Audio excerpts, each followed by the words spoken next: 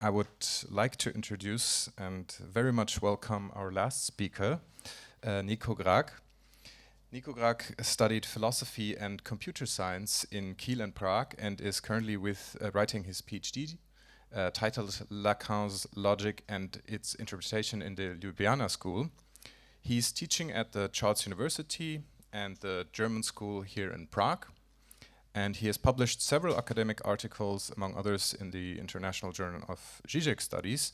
And besides the academic work, he's also active as a journalist and essayist in print and radio, for example, Philosophie Magazine.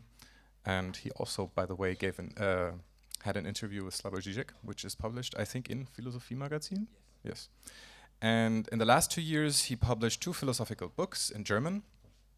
I'm translating the titles: Rotten Flesh, Nature and Climate Through the Lens of Logic and Ontology in Merleau-Ponty and Lacan. And the second one is When I Grow Up, I Want to Be Bourgeois Too, Reflections from the Gas Station. So, Nico, please. Thanks very much for the introduction, Sandro. I'm very sorry to torture you with another talk now. I will try to be brief. And I realize now I will actually argue against you, Jan. I will argue, we will come back to Kant, and I will argue for the shift from Kant to Hegel, as Žižek calls it, as being theoretically inspired and not purely from practical reasons. But I will not go into this directly. I didn't know your talk. And we will also come to sexuation, in a sense. So what I want to present to you today is really not more than a proposal. The proposal to develop a Lacanian logic that is suitable to formulate Žižek's ontology. So I want to show first what I think the promising core of Žižek's ontology is, second why I think this ontology does not quite work out yet, and thirdly how an explicit logic could help here. And there are some persisting references to logical problems in Žižek's work without any explicit development as logical problems. For example, the Kantian infinite judgment that he uses when talking about the undead, or building on Zupancic, the infamous coffee without milk, or most important, and that's what I'm going to focus on today, Lacan's formulas of sexuation.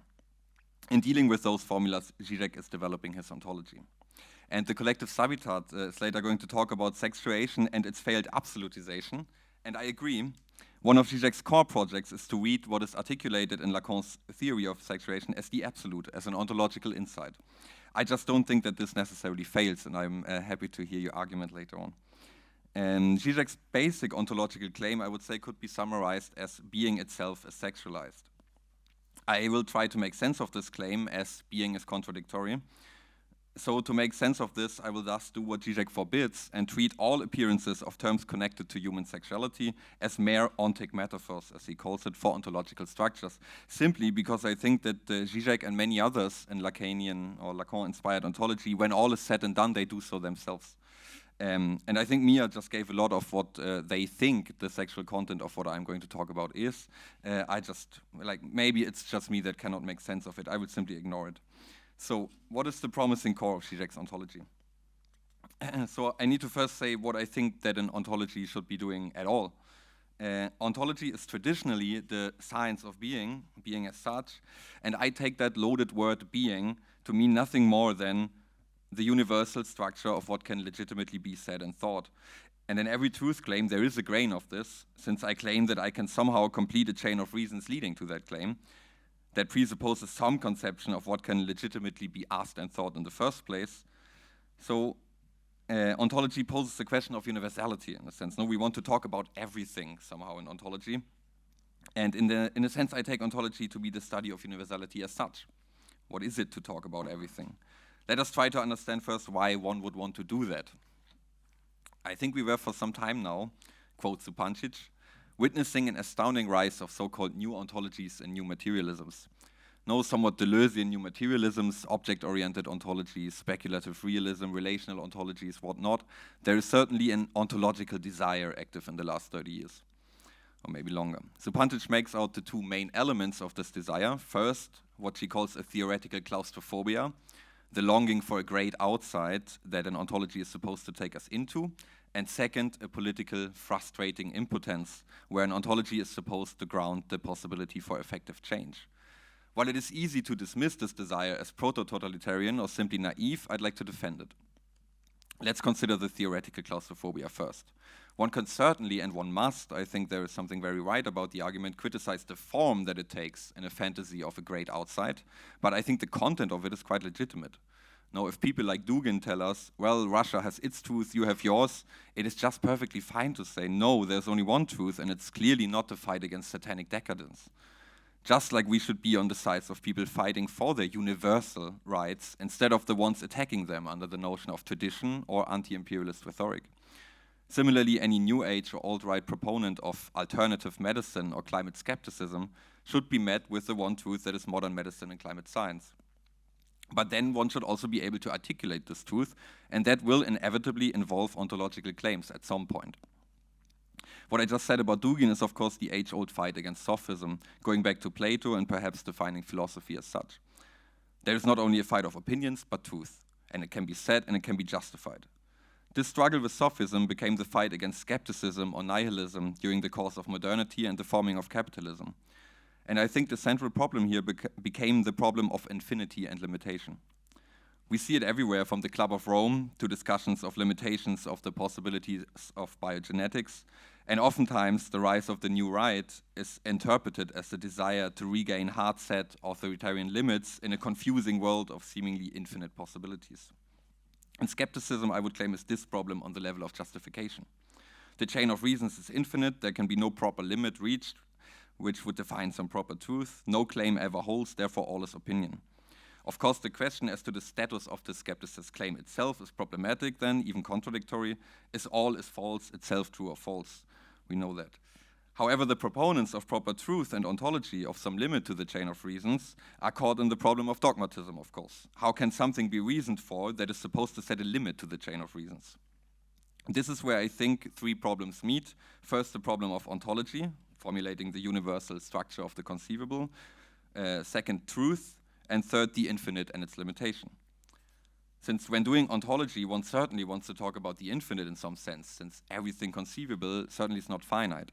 That can be easily demonstrated by considering any iterable thought, such as the relation conceive of.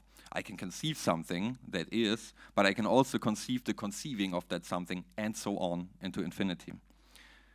This complex of problems appeared most decisively in Kant, now we're back at Jan's talk, namely in his dealing with the antinomies. The antinomies are problems of the infinite, in a sense.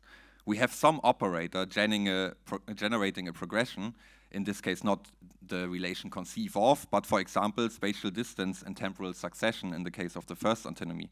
Next to one thing in space is another, before some event is another. The simple question then is, does this progression have a limit or not? And Kant goes on to show that both options lead to a contradiction. If it has a limit, then the operator could not be applied to it, which would make it something outside the progression. The beginning of time could not be a moment in time itself, but then how can a moment in time follow it?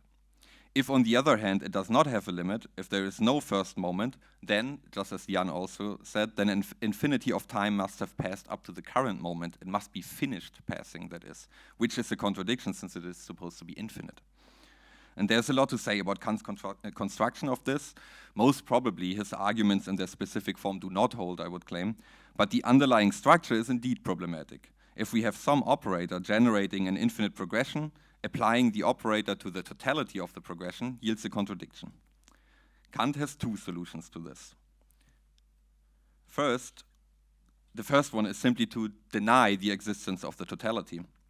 The totality of moments in time and things in space does not exist. Therefore, the predicate finite cannot be applied, neither as finite nor as its negation infinite. If we call this totality world, then the world is neither finite nor infinite, since it is not a thing at all. This is what Žižek calls, quote, the Kantian anti-cosmological insight, that reality is non-all, ontologically not fully constituted.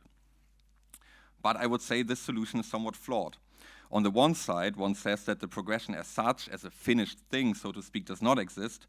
On the other side, one is forced to presuppose this totality, since we are clearly reasoning about the progression, thereby effectively treating it as completed. So Kant also has a second solution, of course, which he says only holds for the third and the fourth antinomy, the so-called dynamic antinomies, as opposed to the mathematical antinomies for which the first solution is supposed to hold. And here he tries to say that the totality of the progression or the limit of the progression in a sense does exist, but in a different sense than the elements of the progression. This is where the distinction noumenon-phenomenon enters. The elements of the progression are phenomena, possible objects of experience. For them we can be assured that we can apply all categories of thinking, causality for example. No, there will always be a cause for every element, but nothing can ever be considered a cause as such, an uncaused thing that is. So there is no totality of the causal chain.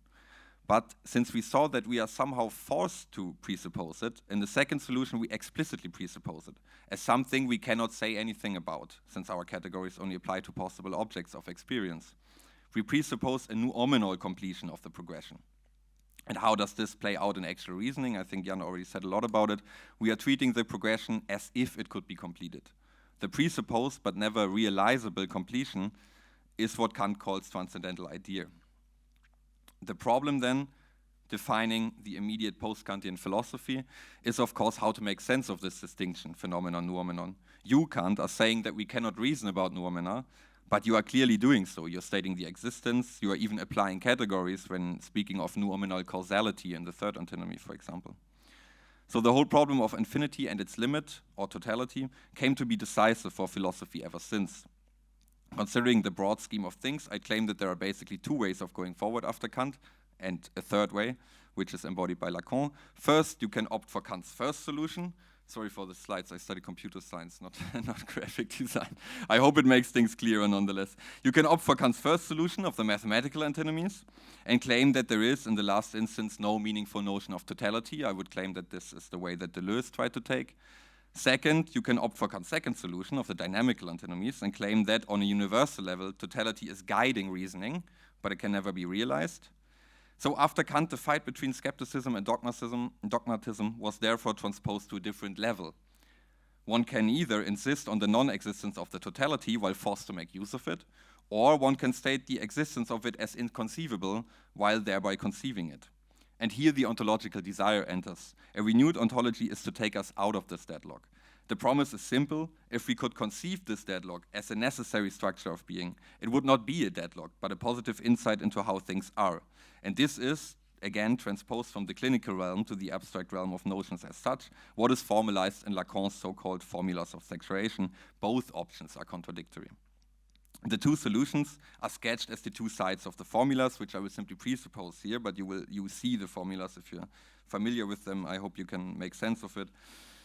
So I will, without going into any detail, simply call them a logic of non-all, there is no totality, and a logic of all, there is a totality, but from a different kind.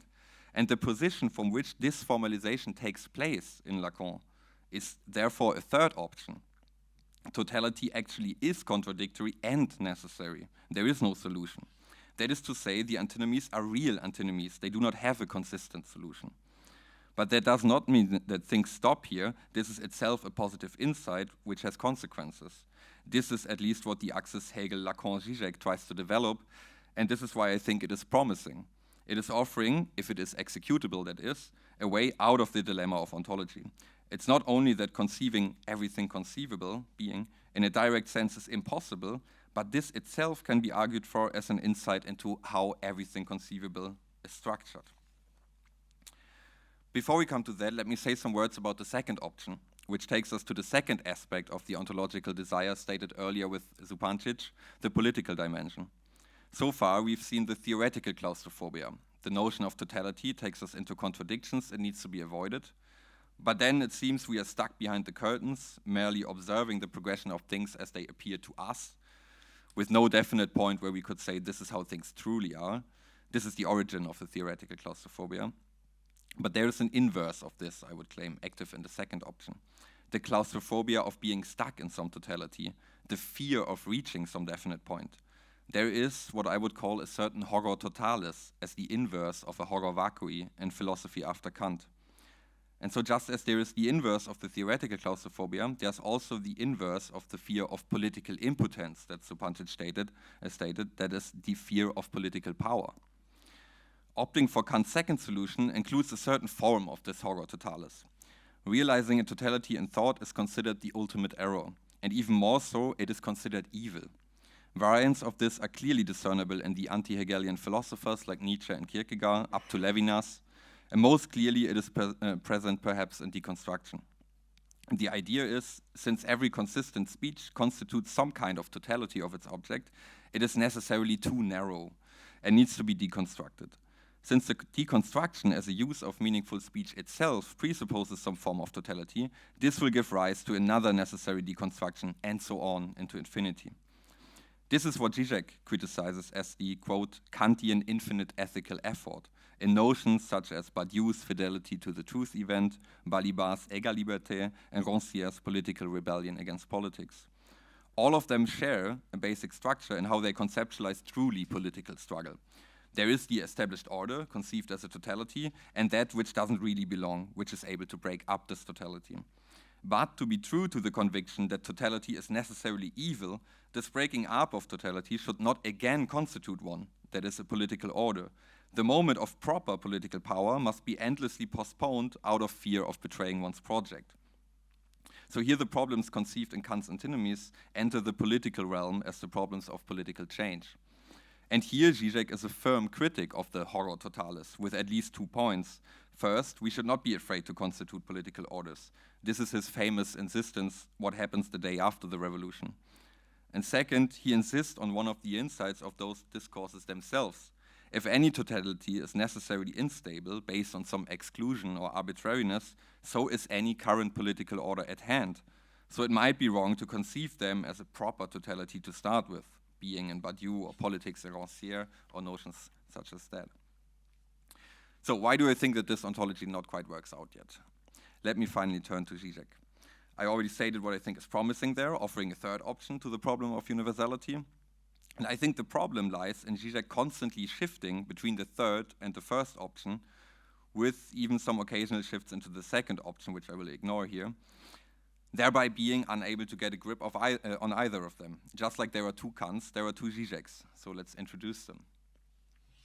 On the one hand, he claims that non-all, which I will now use as a name for the first solution of Kant, is primary in relation to the logic of all, and therefore the suitable one for formulating what he calls true materialism or dialectical materialism or whatever. Quote Žižek. In Lacan's formula of sexuation, the feminine formula or mathematical antinomies have a logical priority. It is only in the second moment that the dynamic antinomies enter as attempts to resolve the deadlock of the mathematical antinomies. Another quote, it, the dynamical antinomy, constitutes a whole, a universality, by way of excluding the one, the exception, from the open field of the non-all. So there's a clear succession between the two. On the other hand, Žižek assures us that we should avoid viewing the relationship between Kant's first and second solution like this by all cost. Quote, what one should thus especially avoid is asserting openly or implicitly the primacy of one of the sides. Another quote, it would be too easy to simply privilege the feminine non-all and to reduce the masculine totalization through exception to a secondary illusion.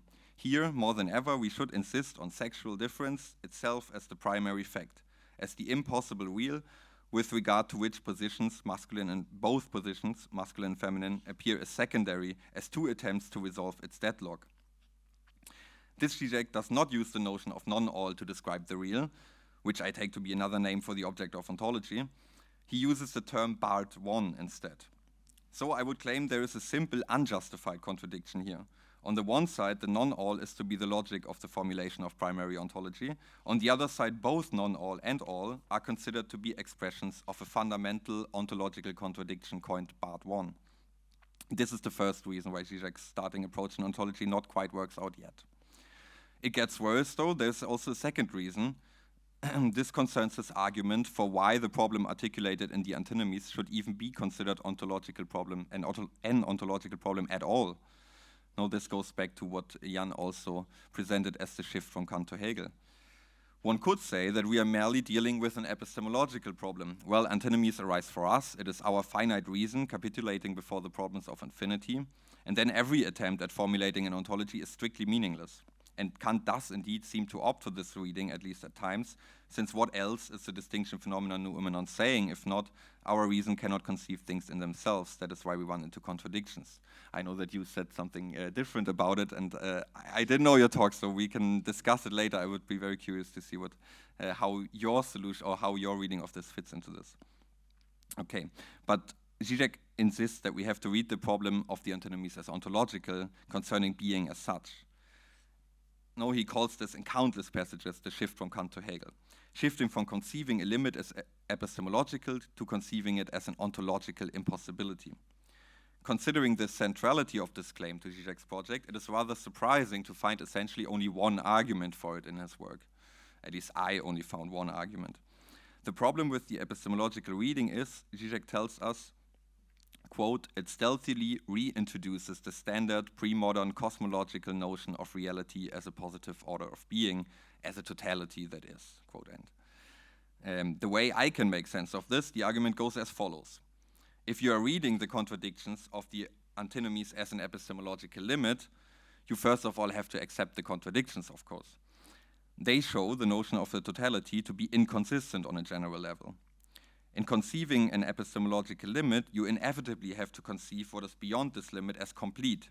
There is a totality of things, we just can't grasp it. But in this, you are using the notion of totality, which you yourself had to admit being inconsistent. Therefore, the antinomies have to be viewed as concerning being itself. There is no intact world behind them. All right, this is essentially the argument I already hinted at apropos Kant conceiving of inconceivable noumena. The first problem with this is the same as with Kant's first solution. It is Kant's first solution, basically. You are not accounting for the fact that you also have to presuppose the notion of totality to make the argument. I will skip it, the details of it. The second problem is with the form of the argument. It's a reductio. You have to use something that contradicts your starting point, so your claim is wrong. This might be okay for the first Žižek, but it's definitely problematic for the second, because he there obviously is holding some contradictions to be true in some sense, meaning unresolvable. But then any proof by contradiction, which this argument clearly is not enough. In the absence of the law of non-contradiction, you cannot infer P from the fact that not P leads to a contradiction. P and not P might simply be a true contradiction, just like others that you seem to have no problem with. In fact, the reductio might exactly be part of the argument establishing the truth of this contradiction. Okay, so how can an explicit logic help? I already stated what I think is promising, offering a third solution saying, well, that's how it is. Things at the most universal level are actually contradictory. But then Žižek, I would claim, fails to make clear how they are contradictory, in the sense that there is no totality of being, no world formula, which would be option 1, or in the sense that being itself is contradictory, which would be solution 3. Now I come to my proposal. In order to solve this problem, we need an explicit logic. That is precisely what formalization is for. When faced with an ambiguity such as Žižek's the real is non-all and the real is barred one needs to make distinctions. One needs to properly distinguish a logic of non-all, all, and barred one. So let's take the logic of all. This is Kant's second solution. So we allow universal statements, that is totalities, but at the cost of having to presuppose some inconceivable. That is, according to Graham Priest's reconstruction, simply what classical set theory does. Quote, Priest, since in ZF, Zermelo-Fraenkel set theory, there are variables ranging over all sets, the theory presupposes the collection of all sets, V, even if this set cannot be shown to exist in the theory. Consistency has been purchased at the price of excluding from it a set whose existence it is forced to presuppose. No, set theory is faced with more or less the same problem as Kant. Both Zermelo and Fraenkel, they acknowledged that and made some commentaries on the connection between the antinomies and the development of set theory. Long story short, what is problematic is the set of all sets, of course. No, we have there the relation element of, which works as what we called earlier an operator. A set is an element of a set being an element of a set, and so on. And then the question is, does this form a totality such that we could speak of all sets? Set theory simply prohibits this in the axiom of separation in combination with some other axioms. In formulating set theory itself, however, I am presupposing such a set to exist, since I'm reasoning about all sets when I state axioms. Or in technical terms, the quantifiers of the axioms themselves, they have to range over all sets. Okay, so my suggestion would be the logic of all simply is set theory plus classical logic, for which it gives the semantics. So what about the logic of non-all? This is Kant's first solution. As a philosophical project, like I said, one can think of Deleuze, but in the field of logic, I don't see any obvious candidate. One suggestion comes from Lacan himself, which is intuitionistic logic. When introducing the non-all, he sometimes refers to it, since it similarly sees problems with reasoning about infinity in classical logic. I do not think that intuitionistic logic is a good candidate for such an explicit logic of non-all. Such a logic should be one where universal statements are per se problematic. There simply is no totality, but that is not the case for intuitionistic logic. Okay, since we are in Prague, the closest I can think of to a logic of non-all is the work of the great Czech logician and mathematician Petr Vopienka. He was working on a very radical version of Kant's first solution. He denies even the existence of the set of natural numbers and tries to develop mathematics without any recourse to infinite totalities, that is, without any recourse to what we would consider set theory.